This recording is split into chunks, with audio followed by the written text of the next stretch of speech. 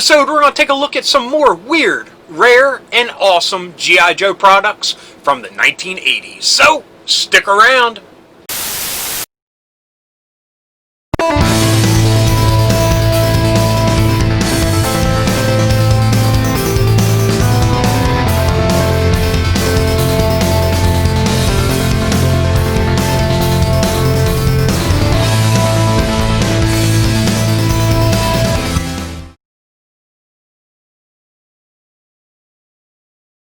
Hello friends and welcome to Days of Dorker Past. My name's Rob, and in this episode we're going to take a look at some more weird, rare, and awesome G.I. Joe products from the 1980s. Sure, nowadays you can find a lot of popular franchises on t-shirts, school supplies, and party supplies, but back in the 80s it was the Wild West of merchandising. You could find some of the most popular franchises, cartoons, toy lines slapped on anything and everything.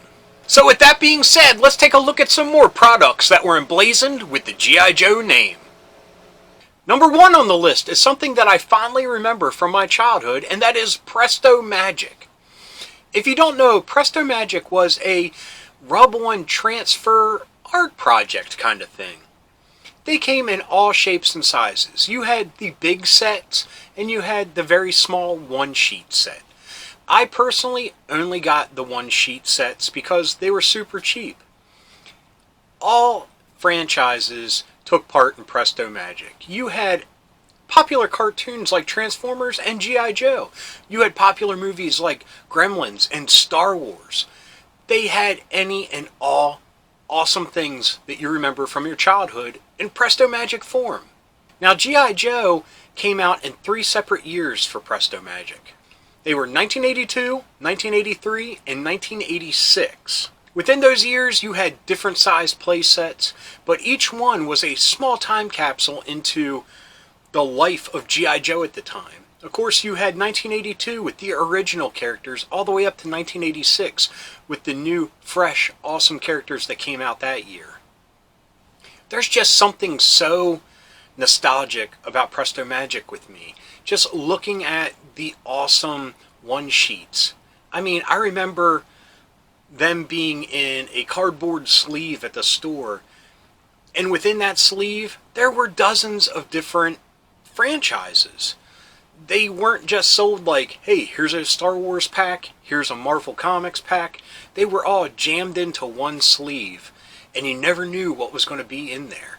It was so much fun just to hunt through them and to play with them. But one thing that I always hated was you would get a basic character, let's just say Snake Eyes, and he would have an empty hand, and you were supposed to rub on a gun or a walkie-talkie or whatever. It just never looked good, no matter how hard you tried. I even remember just doing the top and the bottom so it looked like it was floating in his hands, but usually when you would pull the transfer off, it would screw up somehow and pull some extra off, and it just never looked as cool as you thought it should be. But anyway, Presto Magic. I love them. I would love to find some one day. But anyway, on to number 2. Number 2 comes from 1982. What a coincidence. And that is the headquarters tent. It seems like on all of these G.I. Joe lists that I do, there's a tent. And, I mean, back in the day, tents were awesome and a lot more popular than they are today.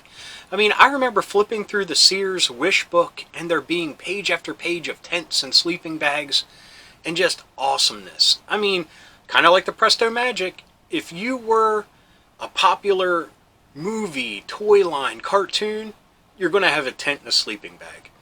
But what makes this tent stand out above the rest is the artwork. It was very colorful. It went against the G.I. Joe camouflage thing that was also sold at the same time. It was, like I said, very colorful with bright yellows, and on the sides was the cover to the Marvel comic, the first issue. And you had the Ram and jetpacks, and it was just bombastic and beautiful and vibrant. Number 3 on the list is something else that pops up a lot on these lists, and that is kites. Kites of some of your most favorite cartoons and movies and toys are still alive and well today. I mean, my son has a Transformers kite that's still in the bag that we're just waiting for the most perfect of days to fly it. Because anybody that has flown one of these cheap vinyl kites knows that once they wreck, yeah, they're pretty much screwed. The kites that I'm talking about this time around come from 1986. And one of the most awesome ones of the bunch is a 4-foot long Sergeant Slaughter kite.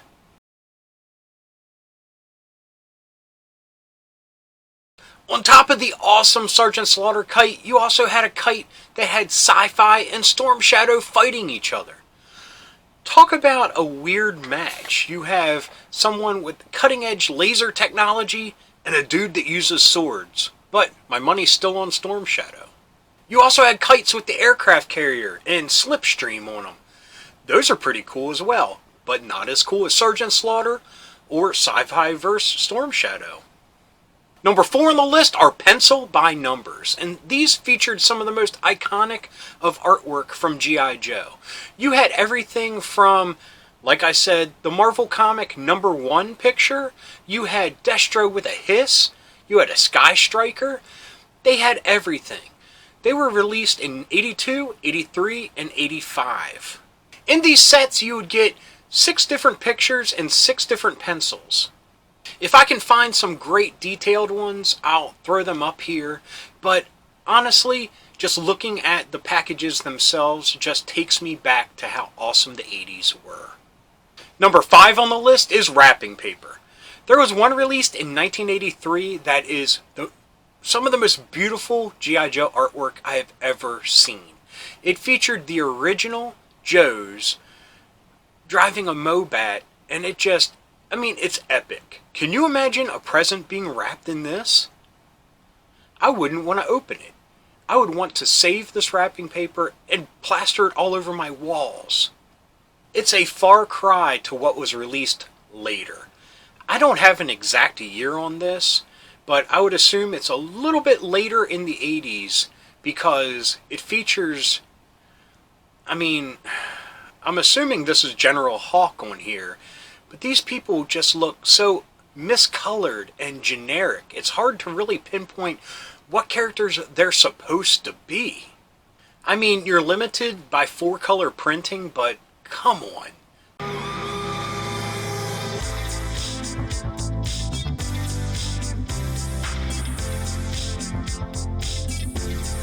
Number 6 on the list are school supplies from 1983. You had everything from a pencil sharpener with breaker on it, to a school bag, to this awesome clipboard. In 1984, they kind of upped the stakes a little bit, and they released these awesome erasers. These were the type of erasers you would never want to use. I'm sure plenty of kids did because they didn't realize the awesomeness that they had in their hand. I wish I had these things in my collection today. It is stunning to see the amount of artwork that is on a small little eraser. It's awesome. Number 7 on the list comes from 1982, and that is a bicycle frame bar pad. This thing is simplistic and awesome. It says G.I. Joe, plain and simple. But what really sets this apart is the packaging. It seems like they created a BMX G.I. Joe character just for this, and I want more. This dude should have been a reality. Just imagine a BMX Joe. They could have made a skateboard Joe. The possibilities are limitless to what they could have done. A surfer Joe? They had the wind sail surfing thing. Why not? It would have been awesome.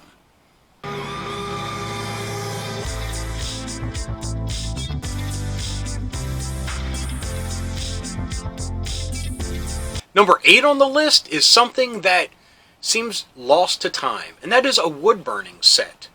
Again, like the bicycle pad, this thing featured awesome, unique artwork.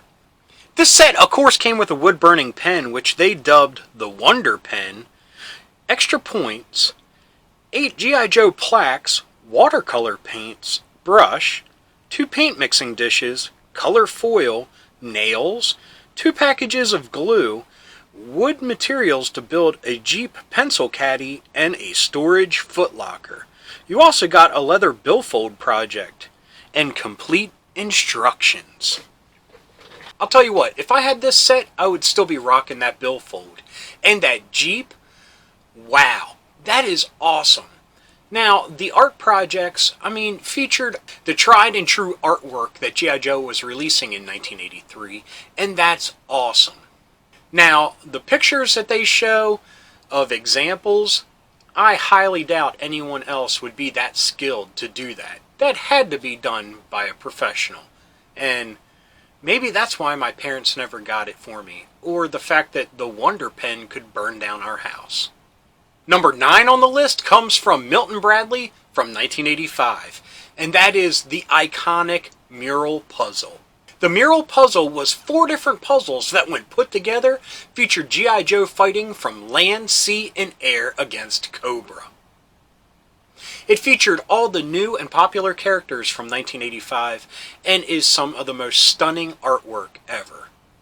Now, I talked about some of the puzzles in the past, and those are very nostalgic for me because those I actually had, but these I never did. And to be honest, I probably could have got them, but I couldn't get all 4. So kinda why bother? If you can't get all 4, then don't get them at all. Now, they were cool on their own, but when you slap them things together, you had a huge, beautiful mural of just awesomeness. Number 10 on the list is something I never knew existed until I was an adult, and that is Firefly's Saboteur's Toolkit. This backpack is a awesome reproduction of Firefly's toy backpack. It looked exactly like it. It came with 6 different tools and these 2 pins that when you would take them out, you could remove the box from the frame. If I had this thing today, I would be rocking it everywhere I went. I would take the tools out and put, my normal necessities in it. And, it works better than a fanny pack and looks awesome. And I need to add, I don't wear a fanny pack, even though I've thought about it, because when you have kids, you carry a lot of crap. Anyway, this is just a quick list of 10 products that are weird, rare, and awesome from G.I. Joe in the 1980s. Anyway, I hope you enjoyed this episode. If you did, please give me a thumbs up. If you got something to say, please leave a comment. I love reading them and I love getting back to everybody. And if you're new around here and you enjoyed this or any of these episodes that YouTube is recommending down here, please hit subscribe. And hit that little bell icon and you'll be notified whenever there's a new episode. So anyway, until next time, keep being rad and stay dorky.